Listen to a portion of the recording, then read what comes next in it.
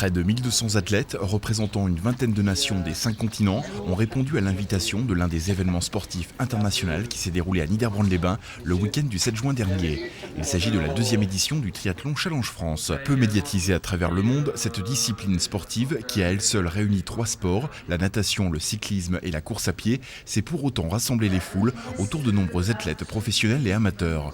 Participer à une telle épreuve, vous allez le voir, demande non seulement une bonne condition physique, mais aussi toute une organisation. Après un rapide briefing qui s'est déroulé au Relais culturel et qui avait pour but un tour d'horizon sur l'ensemble du règlement de l'épreuve, direction ensuite le foyer Saint-Martin. Ici, on valide son inscription et on s'équipe pour le jour J. Dossard, bracelet ou bien encore de la documentation, toute la panoplie nécessaire pour une organisation sans faille. Et c'est dans la file d'attente pour l'inscription que nous avons fait la connaissance de 3 sportifs locaux. Bonjour, 1119. Oui. De gauche à droite de l'image, Michael, Nicolas et Carole sont 3 amis dans la vie et sportifs confirmés. Pour cette compétition, certains triathlètes vont réaliser l'ensemble des relais tout seuls, ce qui ne sera pas le cas de notre équipe. Dans cet exemple de relais mixte, chacun aura à sa charge de donner le meilleur de lui-même dans sa discipline. Après les formalités administratives de l'inscription, place l'après-midi à l'enregistrement du vélo de Nicolas. C'est à Moutérouze, au parc à vélo, installé pour l'occasion, que cela se passe. Et pendant que certains favoris de ce triathlon à l'image de l'Australien Chris McCormack peaufinent ses derniers réglages, du côté de l'équipe relais, on s'affaire à trouver l'emplacement.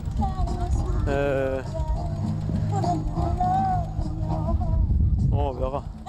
On est là, chérie. 1119. Ah mais je le mets pas ici. Il va s'envoler pendant la nuit. Je le mets là-bas. Eh, t'es sûr que tu le laisses là? T'es sûr que tu le laisses là? Mais mets-le donc là. Il va s'envoler cette nuit, tu vas voir. On a un petit coup de vent et hop là.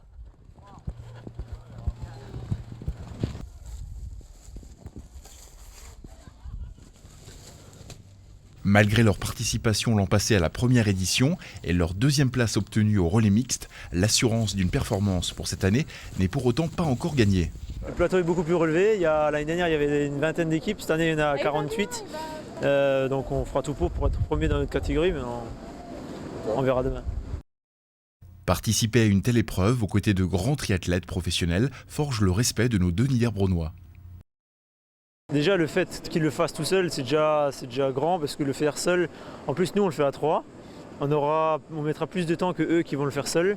Et puis après, les grands noms, les Chris McCormack et autres, champions du monde, vainqueurs Hawaï, ça laisse toujours rêver. C'est toujours fort quand on les voit, quoi. C'est un autre monde, quoi. C'est pas le même monde, quoi. Et dans le monde du sport, on se connaît, on se respecte et on s'informe sur ce que le programme réserve. Mais pour autant, l'entraînement a toute son importance. On a pris une fille pour nager parce qu'on ne voulait pas nager tout seul. Nous, on n'a pas besoin d'excuses, tu vois. Non, c'est Thierry Thiel qui nage. Tu vois qui c'est, non?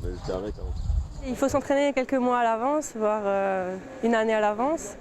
Mais bon, quand on travaille, on n'a pas forcément le temps de tout faire. C'est pour ça que justement, on l'a fait en équipe pour que chacun puisse s'entraîner dans sa discipline. C'est une équipe, c'est à 3 qu'on gagne ou c'est à 3 qu'on perd, mais c'est à 3 qu'il faut qu'on termine le triathlon.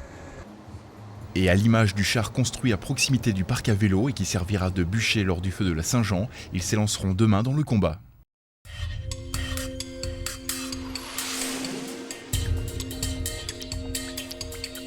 Dimanche matin, 11h, lac de Moutérouze. Le départ de la première vague est lancé. Dans celle-ci se trouvent les athlètes professionnels, des féminines et des handisports.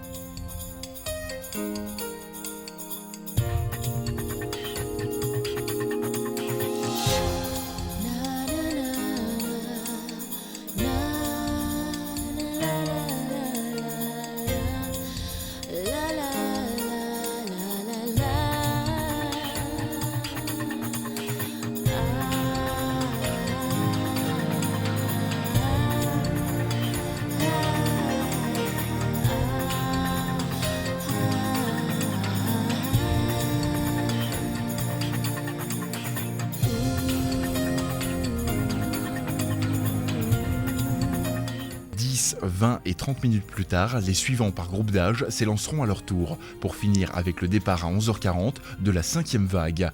Dans celle-ci se trouve Carole, elle porte le marquage 1119. Sur terre, pendant que Maca enfourche déjà son vélo, Nicolas se prépare à son tour pour son relais. Dernier petit réglage et très vite l'attente de voir arriver d'une minute à l'autre Carole se fait sentir.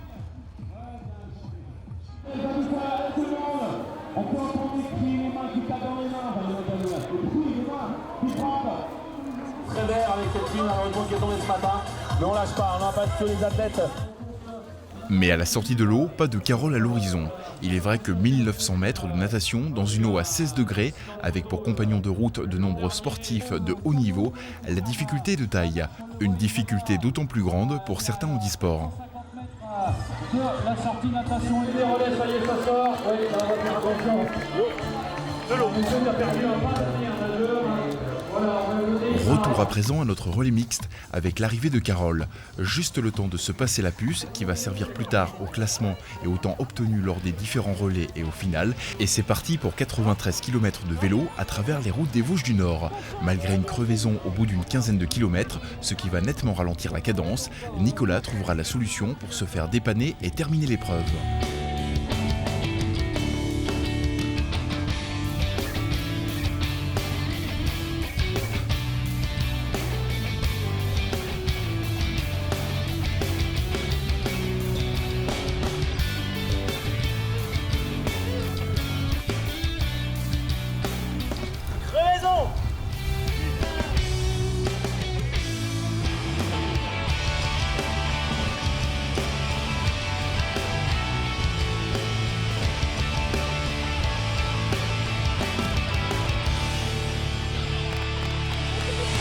Au détour des villages traversés, de nombreux encouragements ainsi qu'un point de ravitaillement et d'assistance viendront alimenter la forme de certains participants. Le plus âgé cette année a 72 ans et malgré tous ses efforts accomplis pour assurer seul jusqu'au bout ce challenge, il ne sera pas classé faute d'être arrivé au-delà du temps fixé. En revanche, pour les plus jeunes et entraînés, le rythme effréné continue avec au programme de la course à pied à travers routes et chemins forestiers sur un parcours long de 21 km 100.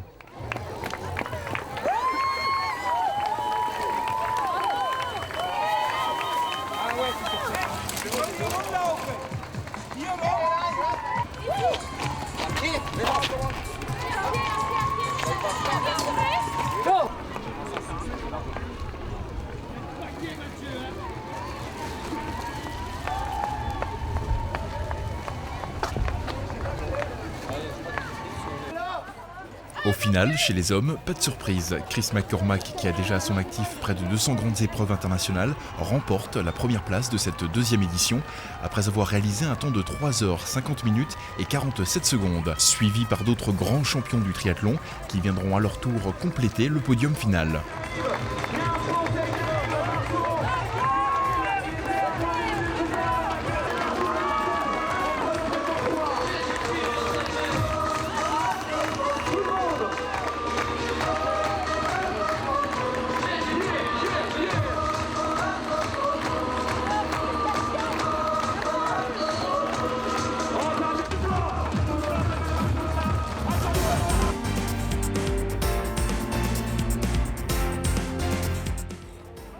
À l'arrière, Michael vient de prendre le relais de Nicolas pour la partie course à pied. Il entame là son deuxième tour. Et malgré un temps plutôt maussade toute la journée pour l'ensemble des athlètes et quelques soucis techniques pour notre équipe relais, avec la crevaison de Nicolas, ils passeront tout de même la ligne d'arrivée avec un chrono affiché à 4h55 minutes et 49 secondes.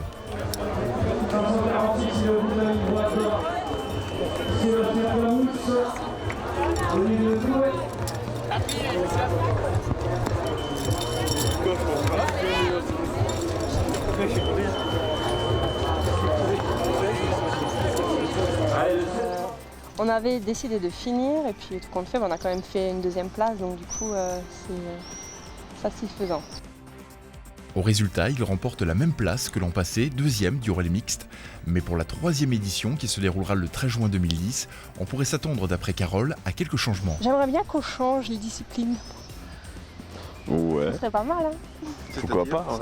Bah, Michael dans l'eau, moi en vélo et Nicolas en course à pied. Ouais. Bien. Est-ce que c'est réalisable? C'est réalisable, pourquoi pas, mais bon, pas du tout les mêmes chronos quoi.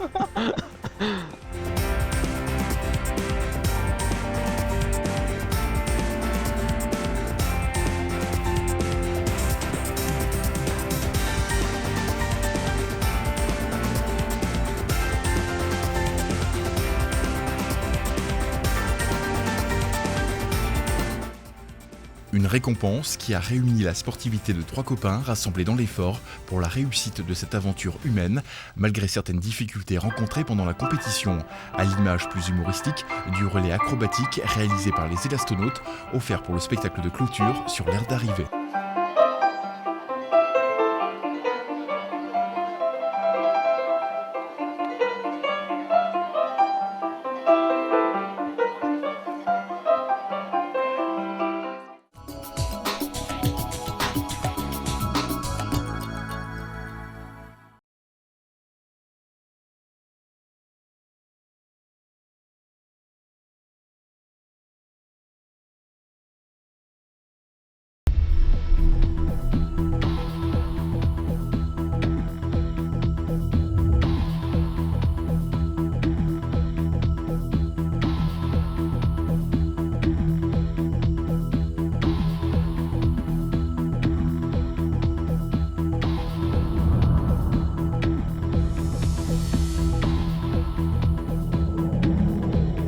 Bienvenue dans l'actu, en voici le sommaire. Sortie découverte à l'Expéridrome sur les traces de l'âge préhistorique. Premier rendez-vous à la découverte du milieu forestier de notre région, avec pour guide un professionnel du terrain. Et tout de suite, la plage de retour à Gundershofen pour une nouvelle édition du Beach Soccer. Une plage au cœur du village. À l'occasion de ses 75 ans d'existence, l'association sportive de Gundershofen relance le défi. Après le succès de l'événement l'an passé, 24 équipes de football se sont à nouveau donné rendez-vous sur le sable les 20 et 21 juin prochains. Caractéristique du beach soccer, sport reconnu officiellement comme tel par la FIFA. Le beach soccer, c'est un sport de sable, un sport de foot sur sable plus précisément, donc sur un terrain de 20 mètres sur 30, donc 2 équipes composées chacune d'un gardien, de 4 joueurs de champ. C'est des matchs de 10 minutes environ, parce que c'est sûr que c'est un sport très intense, vu qu'il est pratiqué sur le sable. Outre le tournoi Open, dont la finale se déroulera dimanche après-midi, le stade de beach soccer sera ouvert vendredi aux élèves de Gundershofen, Griesbach et Mittesheim. Il accueillera tout au long du week-end de nombreuses autres animations. Cette année, on va un peu innover. On a notamment prévu un terrain de beach volley, des animations sur le terrain annexe, des ateliers de tennis ballon, des tirs radars. Sans oublier les fameuses beach parties et le match de gala qui opposera l'équipe de Schirheim à celle de Steinsels. Un week-end qui se donne pour objectif d'animer le village et de fédérer mieux encore les membres de l'ASG. Faire découvrir aux enfants les enjeux de l'écologie tout en les faisant voyager à l'époque de la préhistoire, telle est la mission de l'Expéridrome.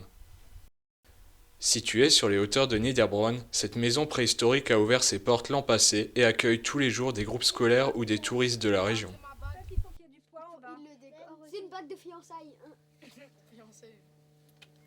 Au programme pour cette classe venue de Fegersheim, des séances de tissage avec de la laine de mouton, le tout sans machine. Les enfants comprennent ainsi ce qu'était la vie au néolithique.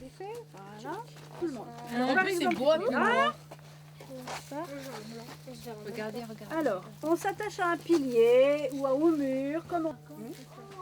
Les professionnels de la maison de l'archéologie guident les enfants dans la réalisation de cet ouvrage plutôt inhabituel pour eux. Explication sur les enjeux de cette période de la préhistoire. C'est cette période où l'homme va effectivement avoir une action forte sur son environnement, puisqu'il va le modifier. Alors bien sûr, dans un premier temps, son environnement immédiat, mais il va rentrer dans cette ère d'exploitation complète. Et puis je termine toujours ce genre de discours en parlant en réalité de cette troisième phase qu'on a engagée là depuis peu. Et maintenant, on est dans cette ère où on va peut-être réussir, je l'espère, à gérer notre environnement. Vous n'avez pas toujours compris qu'il faut faire l'inverse. C'est que des minuscules. Les enfants ont pu découvrir différentes techniques de tissage datant de cette époque. Ça déjà, vous n'allez pas le faire parce que ça c'est franchement dur. La maison néolithique est ouverte à tout public sur rendez-vous.